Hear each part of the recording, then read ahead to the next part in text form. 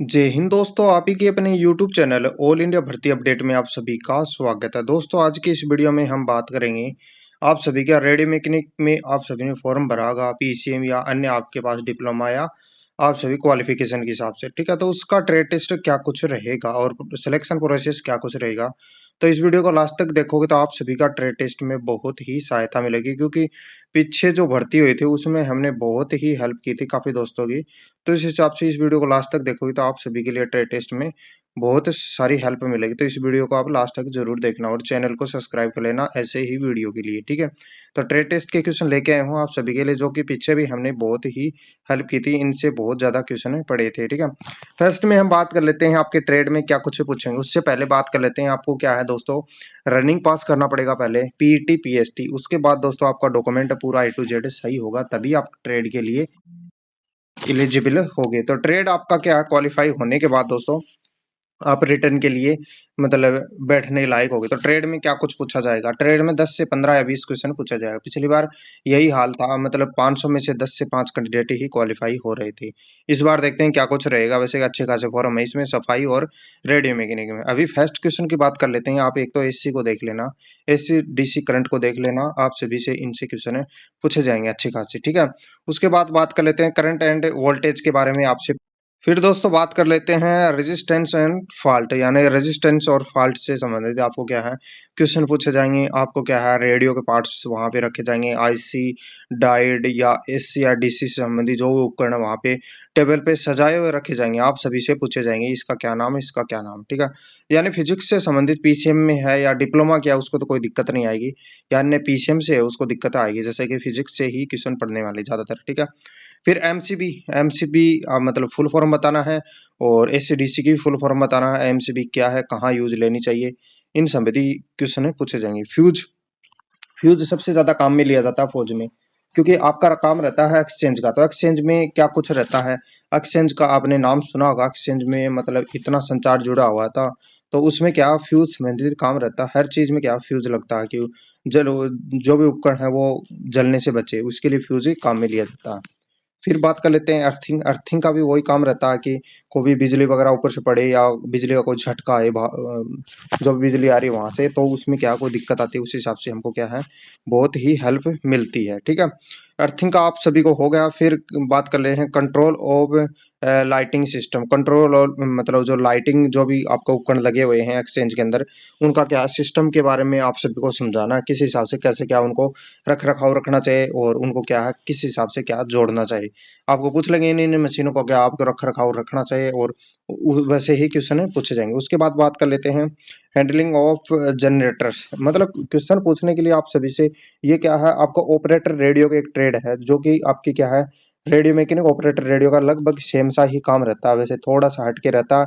इसमें ऑपरेटर का तो हर बटालियन में सबसे ज्यादा कैंडिडेट रहते हैं, लेकिन रेडियो मैकेनिक का आप सभी लग जाओगे तो बटालियन में 1 से 2 ही कैंडिडेट रहता है।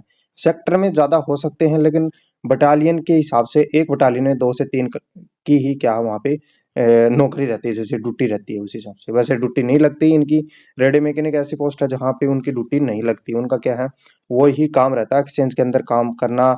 जैसे कि आपको का टाटा स्काई जो रहता है उस हिसाब से उसको सुधारना, और जो भी बीएसएनएल का जो फोन रहता है उससे संबंधित काम रहता है, और कंप्यूटर से संबंधित जो भी काम रहता है कंप्यूटर से संबंधित, या कोई भी यानी कि आप समझो बिजली से संबंधित इतना काम नहीं था, जो भी कंप्यूटर जो काम रहता है ऑफिस में लगे थे उनको संभालना, उनकी चेकअप करना, ये सब क्या काम रहता है। उस हिसाब से आपको क्या बेसिक है कंप्यूटर से आपसे क्या बेसिक है क्वेश्चन पूछ सकते हैं, ठीक है। और फिर बात कर लेते हैं operating system. Basic operating system है वो बेसिक से क्वेश्चन पूछे जाएंगे। फिर फिजिक्स क्या है, आपका बेसिक तैयार होना बहुत जरूरी है, तभी आपको क्या है क्वालिफाई होगे। फिर नेटवर्क बेसिक, नेटवर्क से संबंधित आपका क्या है नेटवर्क से ही लगाव रहता है, नेटवर्क का ही आदान प्रदान एक्सचेंज के अंदर कुछ क्या नहीं रहता है। नेटवर्क मतलब एक्सचेंज के अंदर बैटरियों का भी काम रहता है, यानी बैटरियों से करंट मिल रहा है आपको, तो बैटरियों के एक मतलब इतनी बैटरियां लगी रहती है, उसका क्या किस हिसाब से कौन सी मतलब सीरीज में वो जुड़ी रहती हैं और किस आधार पे काम कर रही है बैटरी, इतनी बैटरी को कैसे जोड़ना चाहिए, उस हिसाब से मतलब क्वेश्चन तो कुछ भी बन सकते हैं। फिर नेटवर्क के बारे में बता दें। 15 नंबर पे बात कर लेते हैं ऑपरेटिंग सिस्टम बेसिक, आप क्या देख लेना एक बार, क्योंकि ये जो मैं वीडियो बना रहा हूँ इसी से क्या है बहुत लड़कों ने अपना क्या है ट्रेड क्वालिफाई किया था, उसी हिसाब से उनका सिलेक्शन हुआ, आज क्या है वो नौकरी कर रहे हैं।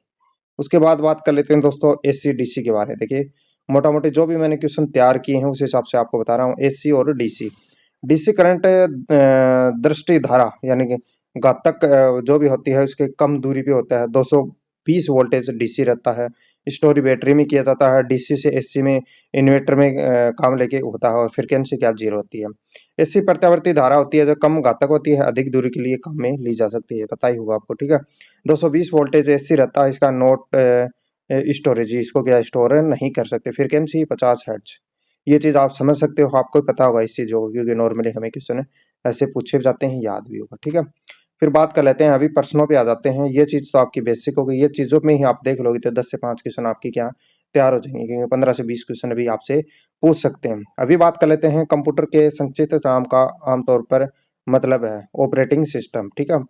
फिर 20 हर्ट्ज से कम आवृत्ति की ध्वनि कहलाती है इन्फ्रेंस इन्फ्रोसैनिक सोनिक, ठीक है, इन्फ्रोसैनिक, यानी कि 20 हर्ट्ज है, मतलब जो ध्वनि से संबंधित आपको क्वेश्चन है तैयार करने पड़ेंगे। उसके बाद बात कर लेते हैं दोस्तों, किसी कंडक्टर में मुक्त इलेक्ट्रोड की गति होती है करंट। मुक्त इलेक्ट्रोड की जो गति होती है वो करंट रहती है। ओम का नियम किसके लिए लागू होता है? ओम का नियम एसी और डीसी पे लागू होता है। तो आप संबंधी ओम का नियम किस हिसाब से कैसे क्या, तो वही एसी डीसी का यही रहता। बैटरी खोज किसने की? वोल्टो ने। तो ऐसे ही आपको क्या है, किसी भी साधन से संबंधित पूछ लेंगे, जैसे कंप्यूटर से संबंधित आपके कंप्यूटर की फुल फॉर्म, रोम रैम क्या काम आती है, और कंप्यूटर में स्टोरेज बढ़ाने के लिए हमें क्या बढ़ाना चाहिए, कीबोर्ड का सबसे ज्यादा काम किस हिसाब से किया जाता है, तो कुछ भी क्वेश्चन है आपसे पूछ लेंगे। मल्टीमीटर का प्रयोग क्या मापने के लिए किया जाता है? धारा प्रतिरोध, यानी कि धारा प्रतिरोध वोल्टेज मापने के लिए किया जाता है। उसके बाद बात कर लेते हैं, विद्युत धारा का सबसे अच्छा सुचालक क्या है? चांदी और तांबा। यानी कि सबसे हम घरों में यूज लेते हैं, चांदी नहीं ले सकते क्योंकि चांदी अच्छा क्या है, सुचालक है, लेकिन तांबा क्या है, हम यूज लेते हैं घरों में। बाहर से जो लाइनों से बिजली आती है उससे हम क्या यूज नहीं ले सकते, इस चीज का भी पता होगा। लेकिन क्या चांदी और जो भी है तांबा, ये सबसे अच्छा सुचालक है। उसके बाद बात कर लेते हैं, विद्युत क्षमता की इकाई क्या है? विद्युत क्षमता की इकाई है वोल्ट, ठीक है। उसके बाद बात कर लेते हैं, विद्युत बल्ब का फिलामेंट किससे निर्मित होता है? फिलामेंट रहता है, तो इसका ये टंगस्टन का बना रहता है, और इसका क्या टेम्परेचर है 3600 डिग्री सेल्सियस, ठीक है। तो ये मैंने विद्युत जो बल्ब है इसका क्योंकि ये काम में लिया जाता है वहां पे सबसे ज्यादा, तो विद्युत से संबंधित आपको पूछ सकते हैं, उस हिसाब से क्वेश्चन है तैयार किए हैं। उसके बाद बात कर लेते हैं, विद्युत का अच्छा चालक क्या है? ग्रेफाइट। तो दोस्तों ये क्या मैंने 10 क्वेश्चन आपको क्या है बताइए, और भी अन्य क्वेश्चन, बहुत सारे क्वेश्चन है मेरे पास।